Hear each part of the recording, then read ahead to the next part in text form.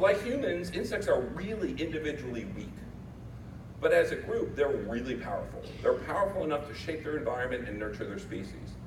And I'm sure that if insects were to be removed from our global system equation, it would have an effect, right? There'd be a balance that would be unstruck and then have to be restruck. But the thing that I have ultimate confidence in is that the system would rebalance because it always does. And the thing that you gotta realize is we are no different, right? If we're not there, we're not there, right? If we're not there, it's not gonna hurt the Earth at all, right? The Earth's not complaining about us being here, right? The Earth's just cruising on. So, it's still doing its thing there. All right, well, we'll keep on going. Well, I guess I didn't time that one real well. Like I said, this is the first one. All right, so when an insect makes a choice, they follow a pheromone, right? They don't choose the way that humans choose, right? The bee spends its first 2 days alive cleaning cells, keeping the brood warm. The next 3 days, it's feeding the older larvae. The next 5 days are producing wax, building comb, transporting food within the hive. They then spend 3 days guarding the hive entrance. The rest of their short 35-day life is spent visiting flowers, pollinating, collecting pollen, nectar, propolis, and water. That's what a bee does. The ant picks up a piece of leaf, carries it back to the ant nest, not because it's a choice in the way that we conceptualize a choice. They do it because there is no question, and that is the choice. The pheromone directs where they're going. So I am convinced that the largest natural limitation to our species is this duality that we have created, or that we maybe have innately, that there's this self-limiting and selfish inward nature of our species. And there's also an expansive and selfless outward nature of our species. And this I-we type of interaction is what kind of prevents us from moving forward in this more kind of integrated way where we can actually affect and successfully work as an endemic species.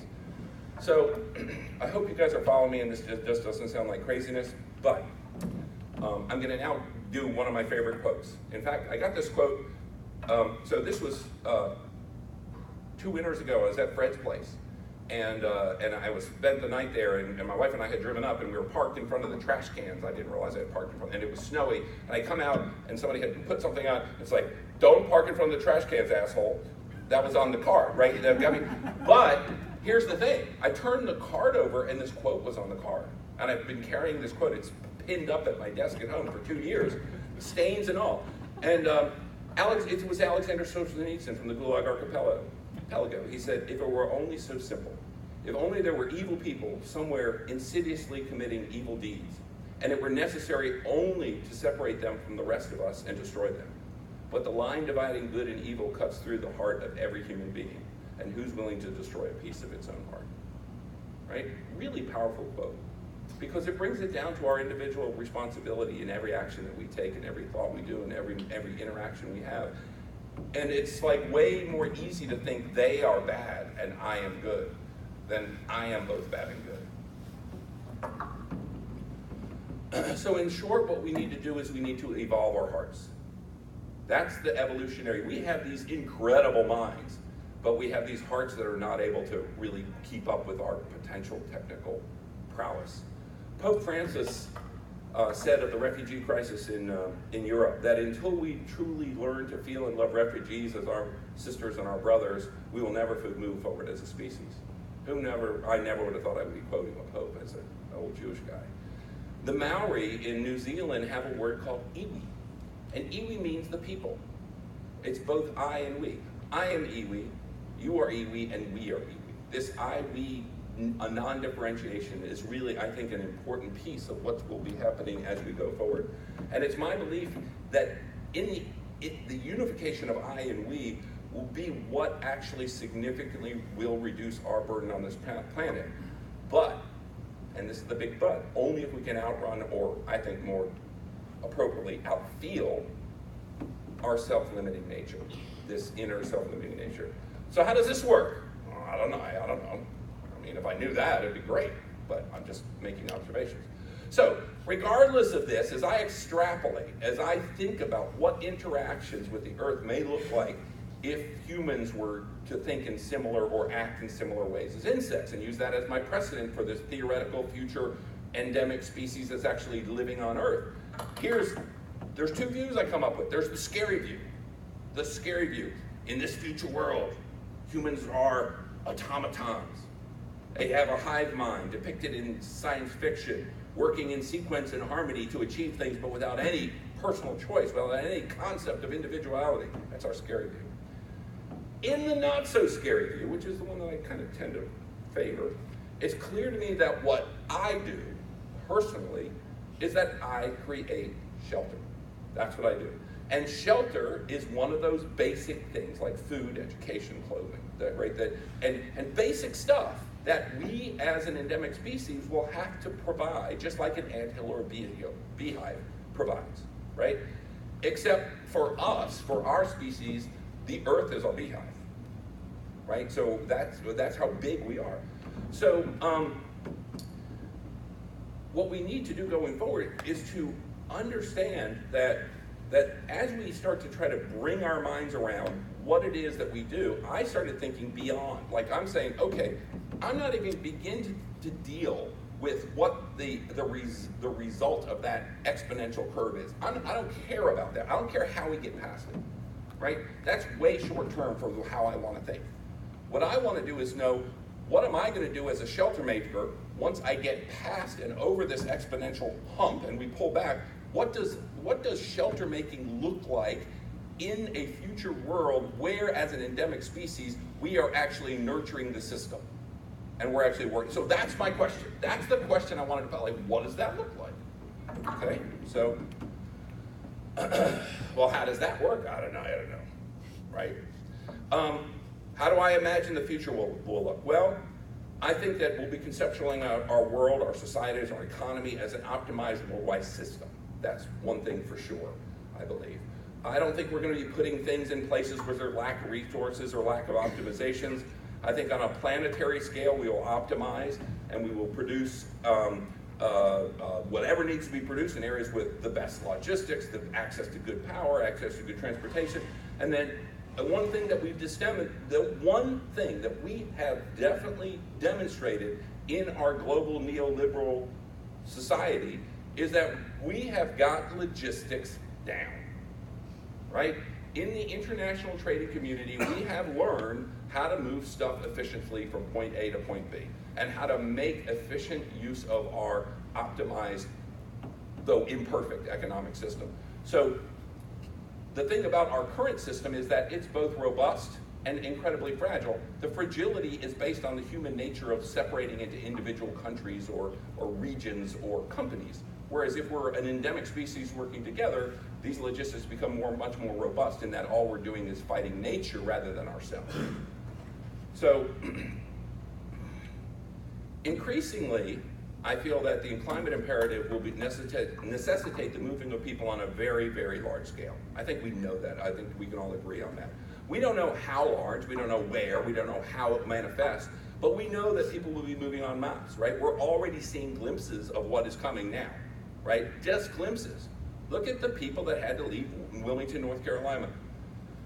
How long in the future is this? Well, I don't know. 20 years, 100 years, 500 years? I have no idea. I can't tell you exactly, but I know it's on that order of magnitude. It's not very long on a planetary time scale. And the way I feel about it is like the train's coming down the track. I can see the light. I don't know how far it is, but I can't get my feet off the track, right? So this thing is happening, right? And, you know, is there something else that might come along and fix it? Yeah, sure. But once again, this is the unknown unknown. It's not worth contemplating the unknown unknown. Let's contemplate the known unknowns, right? So at the end of the day, I try to plug myself into this like not so scary future, right? And I realize that as designers and builders, we need to switch our mindsets to integrate into one system of shelter, right?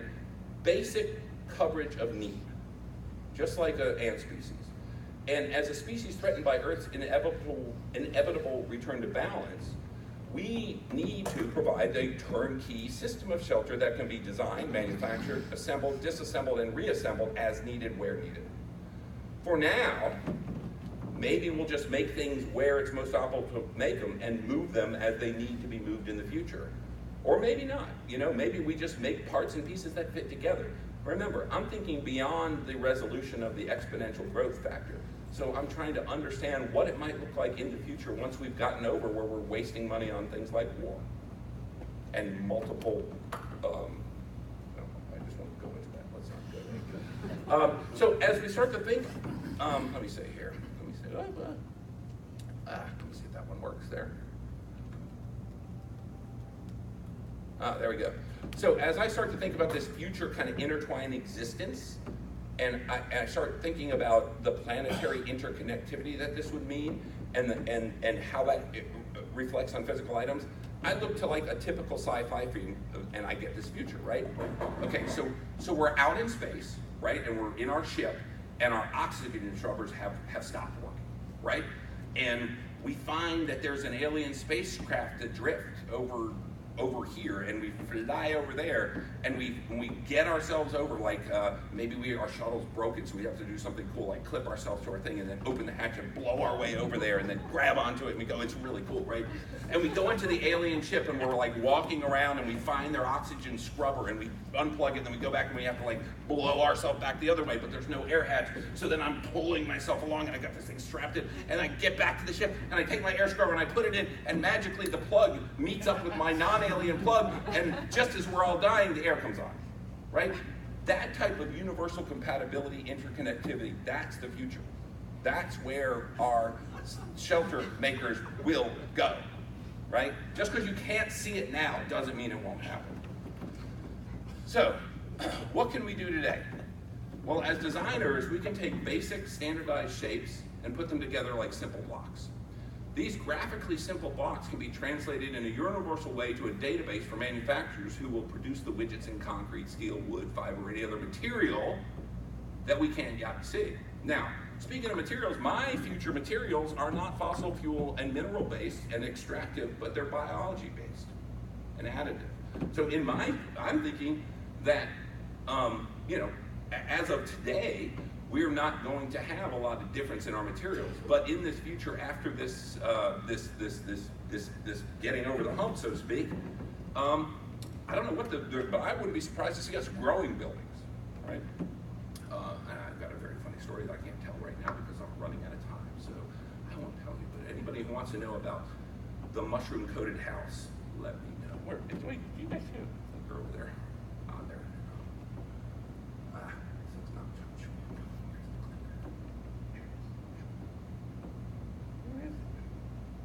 Sorry, technical difficulty. Where is that? Okay, is it coming over? No, it's going to come over the other way.